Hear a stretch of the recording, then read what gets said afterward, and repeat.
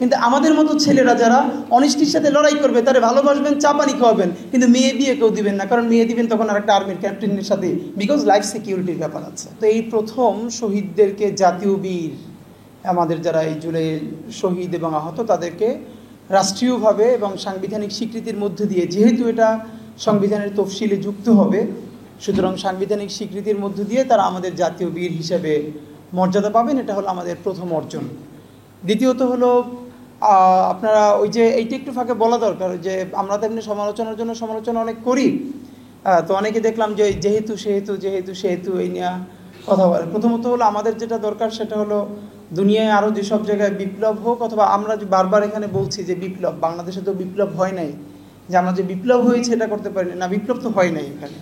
এটা জুলাই বিপ্লব যারা বলে তারা অন্য কারণে আমরা বলবার চেষ্টা করি, সেটা হলো যে আমরা মনে করি আমরা এখন ওই ফেজটার মধ্যে আছি, আমরা একটা বিপ্লবের মধ্যে আছি। এটা 10 বছর 20 বছর 30 বছর বা আমাদের জীবনের পরে অন্য একটা জেনারেশন হলেও সেই বিপ্লবটা হয়তো চূড়ান্ত করবে, আমরা ওই অর্থে বলি। কিন্তু একাডেমিকলি যেটাকে বিপ্লব বলে এটা তো বিপ্লব হয় না, এটা একটা গণ অভ্যুত্থান হয়েছে, ঐতিহাসিক গণ অভ্যুত্থান। বিপ্লব হলে তো সব কাঠামো ভেঙে যায়। তাহলে এই যে যাদের যে আমলাদের কথা বলছি, যেই সচিবদের কথা বলছি, যে প্যাটার্নের কথা বলছি, এগুলো তখন থাকবারই কথা না, এগুলো নতুন করে করবার কথা। তো আমরা তো বিপ্লব করতে পারি নাই, তো এই যে আমাদেরকে করতে দেওয়া হয় না, এর কালেকটিভ ফেলিওর বাংলাদেশের সবার, এটা তো শুধু মানে কারো একার না।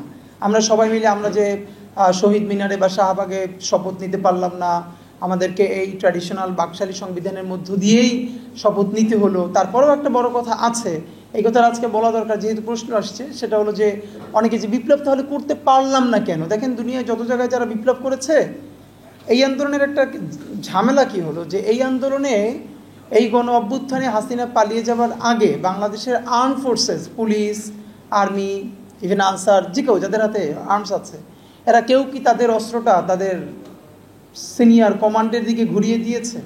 তারা কি কেউ বিদ্রোহ করেছে, বিপ্লব করেছে? তো এই traditional army, traditional police, traditional bureaucracy, এর বিরুদ্ধে গিয়ে আপনি যখন একটা বিপ্লবী সরকার ঘোষণা করবেন, আপনার তো চতুর্দিকে একটা নিরাপত্তা বলয় লাগবে, যেই ফোর্স এই সরকারকে সিকিউর করবে। তো এমন যদি হতো যে আর্মির মধ্যে একটা রেজিমেন্ট এই হাসিনা পালিয়ে যাওয়ার আগেই বিদ্রোহ করেছে, তখন তাদেরকে সামনে রেখেই একটা রেভলিউশনারি ফোর্স করা যেত।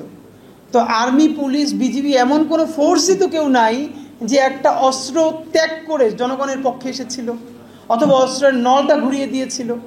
তো বিপ্লবী সরকার মানেই হলো তার সাথে বিপ্লবী ফোর্স থাকতে হয়। তা আমাদের এখানে কি কোনো বিপ্লবী ফোর্স ছিল? তো এই জন্য সমালোচনার জন্য সমালোচনা করে তো লাভ নাই। বরং সেই প্রশ্ন সবাই করেন যে আর্মি, পুলিশ, বিজিবি কেউই তো, হ্যাঁ এরপরও মন্দের ভালো আর্মি যদি আরও ওই সময় শেষ মুহূর্তে জনগণের পক্ষ না নিত, তাহলে যেটা হয়তো বিজয় হয়তো আমাদের আসতো, আরও 50,000 মানুষ মারা যাইত। তো অন্যের সন্তান হারানোর মধ্য দিয়া, অন্যের রক্তের মধ্য দিয়া বক্তৃতা করা তো সোজা, কিন্তু সন্তান যার নিজের না যায় সে তো বোঝে। সন্তান যাওয়া তো অনেক দূরের কথা, যেই ছেলেটার একটা চোখ চলে গেছে। এই সেদিনকে প্রোগ্রামে আমাদের এখানে একটা এসছে, একটা ছেলে ইন্টারমিডিয়েট পরীক্ষা দিতে পারে না এবার, কারণ ওর দুটো চোখই নষ্ট হয়ে গেছে। একটা চোখে সামান্য আলো ফিরেছে, আর বাকিটা কোনো দিনই ফিরবে না। যেটুকুন আলো ফিরেছে এতে আসলে পড়বার মতো অবস্থায় নাই।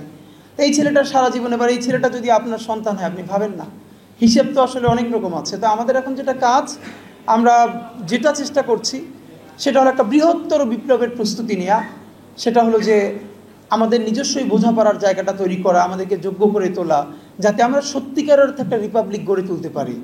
তো সেই ক্ষেত্রে আপনি ফরাসি বিপ্লবের লড়াইটা দেখেন, আপনারা আমেরিকা যে আজকে যে জায়গায় এসেছে, সেই আমেরিকার দীর্ঘ গৃহযুদ্ধ, তারা তো 6 মাস। এখন আমাদের এখানে হয়েছে কি, লিটারারি ফুল ফেসের যুদ্ধটা হয়েছে 15 দিন। 15 দিনে তো হওয়ার কথা না। এটা যদি 6 মাস হতো, আমাদের নিজস্ব বোঝাপড়া আরও তৈরি হতো, রক্তপাত হতো। তা আমাদের মানে সব আশা ছেড়ে দেওয়া যাবে না। আমরা যে আগামী 50 বছর, 20, 30, 40 বছর পরও যদি একটা ভালো রিপাবলিক গড়তে পারি, ওটা একটা সূচনা বিন্দু দরকার, যে এইখান থেকে শুরু করে আমরা ওইখানে পৌঁছলাম। তো আমরা মনে করি এই জুলাই হলো আমাদের সেই সূচনা বিন্দু, যেই সূচনা বিন্দুকে ধরে আমরা ইনশাল্লাহ একদিন একটা ইনসাফের বাংলাদেশ অথবা সত্যিকারের একটা রিপাবলিক বানাইতে পারবো। এটি হলো আমাদের প্রত্যাশা।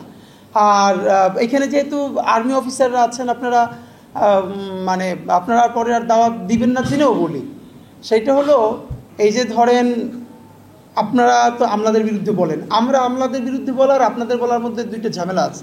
ইভেন আপনাদের প্রোগ্রামে আসাও তো ঝামেলাজনক আমাদের জন্য। এমনিতেই তো সারাদিন ডিজিএফআইয়ের চেক ব্যালেন্সের মধ্যে থাকে, বা আপনাদের প্রোগ্রামে তো আরও বেশি। এইটা নিয়ে আমাদের ঝুঁকি নাই। ঝুঁকি হলো, ফ্যাক্ট হলো এই যে আমলারা একটা খুবই সিকিউর লাইফ লিড করে যেদিন থেকে সে যোগদান করে একদম মৃত্যু পর্যন্ত, রাইট?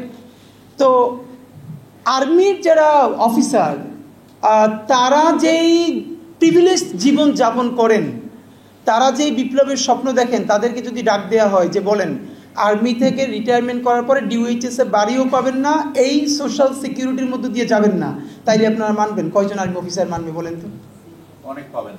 যদি অল্প পায়, সেই ফেজগুলোকে আমরা চাই। যদি এইরকম 500 আর্মি অফিসার বলে, নজির দিতে পারে যে ডিওএইচএসের বাড়ি নেই, আর্মির এই ক্লাবে যাই নাই, জনতার কাতারে জনতার জন্য এইগুলো জলাঞ্জলি দিছে, তারা আমাদের হিরো হবে। কিন্তু মুশকিল হলো দিন শেষে যে যেটা বলুক, সব প্রফেশনালদের নিজস্ব একটা বলাই থাকে, এটার বাইরে কেউ যাইতে চায় না। এই যে আর্মি, তারা যে একটা ইভেন তারা বিপ্লব করলে মানে তার একটা আর্মি অফিসারকে গুম করা আর একজন নাগরিককে গুম করা এত মানে দুইটা কিন্তু এক সিগনিফিকেন্স না একজন। সুতরাং ওই পার্থক্যগুলো আমরা বুঝি। হ্যাঁ, আমাদের বরং এইটা যে আর্মির মধ্য থেকে ওই প্রিভিলেজড লাইফ লিড করার পরেও কেউ কেউ এই জনতার কথাগুলো যে বলতে চাচ্ছেন, এটুকুন আমাদের অর্জন। বাট এইটা সংখ্যা আমাদের অনেক বাড়াইতে পারতে হবে। এই সংখ্যাটা যখন অনেক হয়ে যাবে, নিশ্চয়ই তখন আমাদের একটা চেঞ্জ তো আসবেই। আর হ্যাঁ, আমি সর্বশেষ যেটুকুন বলি সেটা হলো, আমরা যে চেঞ্জটা চিন্তা করছি, আমরা শুধু রেজিম চেঞ্জ, ক্ষমতার কাঠামো। মাত্র 30% টাকায় জমির মালিক হয়ে নতুন বাংলাদেশের গড়ে তোলার স্বপ্ন দেখা বাংলা বসতি। ক্ষমতার কাঠামো দিয়ে যদি পরিবর্তন হইতো দেখেন, তাহলে আওয়ামী লীগ এখানে যেই পরিমাণ বিনিয়োগ করছে, তাতে আওয়ামী লীগের 100 বছর টিকে যাওয়ার কথা। আমাদের যেই চেঞ্জটা দরকার সেটা হলো কালচারাল চেঞ্জ। মানুষ আমাদেরকে যদি একটু মিডিয়ায় দেখে, বাংলাদেশের সমস্ত মানুষ এইটা ভালোবাসে দেখতে যে আমাদের অনেক পাওয়ারও আছে। মানে সে যে কোনো একটা কাজে রিকোয়েস্ট করবে, সেটা লিগ্যাল ইলিগ্যাল যেটা হোক, আমরা বলার সাথে সাথে হয়ে যাবে। এইটা না দেখলে বরং আপনার সালামও দিবে না। এই যে আমাদের মনস্তত্ত্ব, আমি যারাই একটু পছন্দ করি, যার পিছনে হাঁটি, তারে অনেক পাওয়ারফুল দেখতে চাই, সে যা বলবে তাই হবে, তারে দেখে পুলিশ ঝাঁপাই পড়বে। এই মনস্তত্ত্ব না ভাঙলে আমাদের আসলে কিছু হবে না। সুতরাং সংস্কার বলি, বিপ্লব বলি, এটা নিজের দিয়ে শুরু করা দরকার। আমি যারা হিরো ভাবি, আমি যারা পছন্দ করি, আমি কি এদের খুব পাওয়ারফুল দেখতে পছন্দ করি, নাকি একজন মানুষ যে সততাই তার শক্তি, এছাড়া তার কোনো পাওয়ার নাই? কিন্তু এটা তো আমরা সেলিব্রেট করতে জাতিগতভাবে শিখি নাই। এইখানে যত মুরব্বীরা আছেন বললে মাইন্ড করবেন, আমাদের মতো অনেস্ট ছেলে, আমি যেহেতু বিয়ে করে ফেলছি আমার বলে লাভ নাই, কিন্তু আমাদের মতো ছেলেরা যারা অনেস্টির সাথে লড়াই করবে, তারা ভালোবাসবেন, চা পানি খাওয়াবেন, কিন্তু মেয়ে বিয়ে কেউ দিবেন না। কারণ মেয়ে দিবেন তখন আর একটা আর্মির ক্যাপ্টেনের সাথে, বিকজ লাইফ সিকিউরিটির ব্যাপার আছে। এটা তো বাস্তবতা।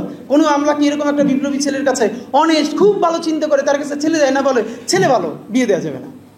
আর্মির মধ্যে ছেলে ভালো, খুব ভালো কথা বলে, একদিন খাওয়াও, 10,000 টাকা দাও, বিয়ে দেওয়া যাবে না। তো যদি আমি এই কথাটা আজকে বলি যে ওই নিজের ঘর থেকে যদি শুরু করতে পারি, সেটা খুব ভালো। আমি আমার নিজের প্রতিদিন বলবার চেষ্টা করি, এই যে যা করি আমি নিজেরে কতটুকুন বদলাইতে পারলাম। তো এই প্রশ্ন যদি আমি আমাকে করতে পারি, বরং আমি যদি বদলাই যাই, তখন যদি আপনারা আমারে করতে পারেন, রাশেদ ভাইরে করতে পারেন যে তোমাদের লাইফের মধ্যে অনেক বেশি চেঞ্জেস আসছে কেন, এই প্রশ্নটা জরুরি।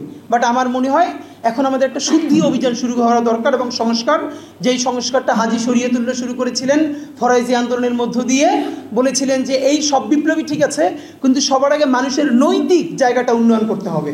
আমার মনে হয় ভবিষ্যতের যেই বাংলাদেশ গড়তে চাই, তাতে যে বিপ্লবটা দরকার, আমাদের লক্ষ লক্ষ নৈতিকতা সম্পন্ন যোগ্য মানুষ। আবারও বলি, শুধু সততা একটা স্কিল না। আপনি প্রচণ্ড সৎ, আপনার কোনো যোগ্যতা নেই, আপনার দিয়ে হবে কি?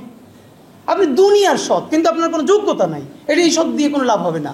আমাদের সৎ দরকার প্রচণ্ড যোগ্যতা সম্পন্ন মানুষ, প্রচণ্ড সৎ। এই দুইটা কম্বিনেশন আমরা যেদিন ঘটাইতে পারবো, সেদিন ইনশাল্লাহ আমরা ইনসাফের বাংলাদেশ বানাতেই পারবো। এই ঘোষণাপত্রের ব্যাপারে শুধু 1 মিনিট, সেটা হচ্ছে আমরা 3টে জিনিস স্পেসিফিকলি বলেছি। 200 বছরের দীর্ঘ ব্রিটিশ বিরোধী লড়াইয়ের চূড়ান্ত অর্জন আমাদের মহান 1947-এর আজাদি। এই আজাদিকে এখানে উপনিবেশ বিরোধী লড়াই বলে চলে যাওয়া হয়েছে, 47-কে মার্ক করা হয় নাই। অথচ এই 47-ই হলো আমাদের এই জমিনে যে রাষ্ট্র আকাঙ্ক্ষার প্রথম সফলতা। 47-কে স্বীকৃতি দিতে হবে। এবং যেহেতু এখানে 75-এর 7ই নভেম্বরের স্বীকৃতি আছে, অফকোর্স গুরুত্বপূর্ণ, এখানে 90-এর স্বীকৃতি আছে, এর সাথে আমাদের ঐতিহাসিক পিলখানা হত্যাকাণ্ড এবং শাপলা গণহত্যার স্বীকৃতি থাকতেই হবে। কারণ পিলখানা হত্যাকাণ্ড হচ্ছে এমন হত্যাকাণ্ড যে বাংলাদেশের জমিনে, আমি অনেকবার বলছি, এবারও বলেন, মহান 71-এর মুক্তিযুদ্ধেও পাকিস্তান বাংলাদেশের কোনো ক্যান্টনমেন্টে 2 দিন বসে আমাদের আর্মিদেরকে এরকম পোড়াইয়ে মারতে পারে নাই। যেটা ভারতীয় আধিপত্যবাদ আওয়ামী লীগকে সাথে রাইখা 57 জন সেনা অফিসার তাদের কত বাচ্চা, মেয়ে, স্ত্রীকে ধর্ষণ করেছে, জীবনে বলে নেয়, লাশটা পড়ে ভাইসে গেছে। তাদেরকে হত্যা করা হয়েছে রাষ্ট্রীয় মদদে। এই পিলখানার স্বীকৃতি আমাদেরকে দিতে পারতেই হবে। এবং এই শাপলা গণহত্যা হলো সেই গণহত্যা যেটা করার পরে রক্ত ধুয়ে হাসিনা বিশ্বাস করেছে এরপরে আর কোনো হত্যাকাণ্ড করলেই তার কিছু হবে না। সুতরাং আমরা এখনও বিনীত অনুরোধ জানাই, 1947, পিলখানা এবং শাপলা এই তিনটা শব্দ আপনারা প্লিজ 75 এবং 90 এর সাথে লিখে দেন। তাহলে এটা আমরা মন্দের ভালো হিসাবে এটাকে আমরা সেলিব্রেট করছি এবং করব।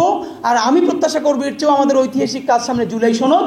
সেই জুলাই সনদ যেটা হবে সেটা ন্যূনতম বাস্তবায়নের পথ প্রদর্শন না করে এভাবে ছেড়ে দেওয়া যাবে না।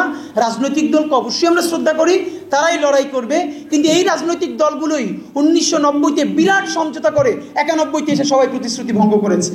সুতরাং বাংলাদেশের স্বাধীনতা সার্বভৌমত্ব এতই গুরুত্বপূর্ণ যে তার সমস্ত সিদ্ধান্ত কেবল রাজনীতিবিদদের হাতেই ছেড়ে দেওয়া যায় না। আমরা বিনীত অনুরোধ করছি জুলাই সনদের দিকেও আপনারা খেয়াল রাখেন যাতে এটাকে বাস্তবায়নের রূপরেখা প্রদর্শন করে তারপরে স্বাক্ষরিত হয়। সবাইকে ধন্যবাদ। ইনকিলাব জিন্দাবাদ।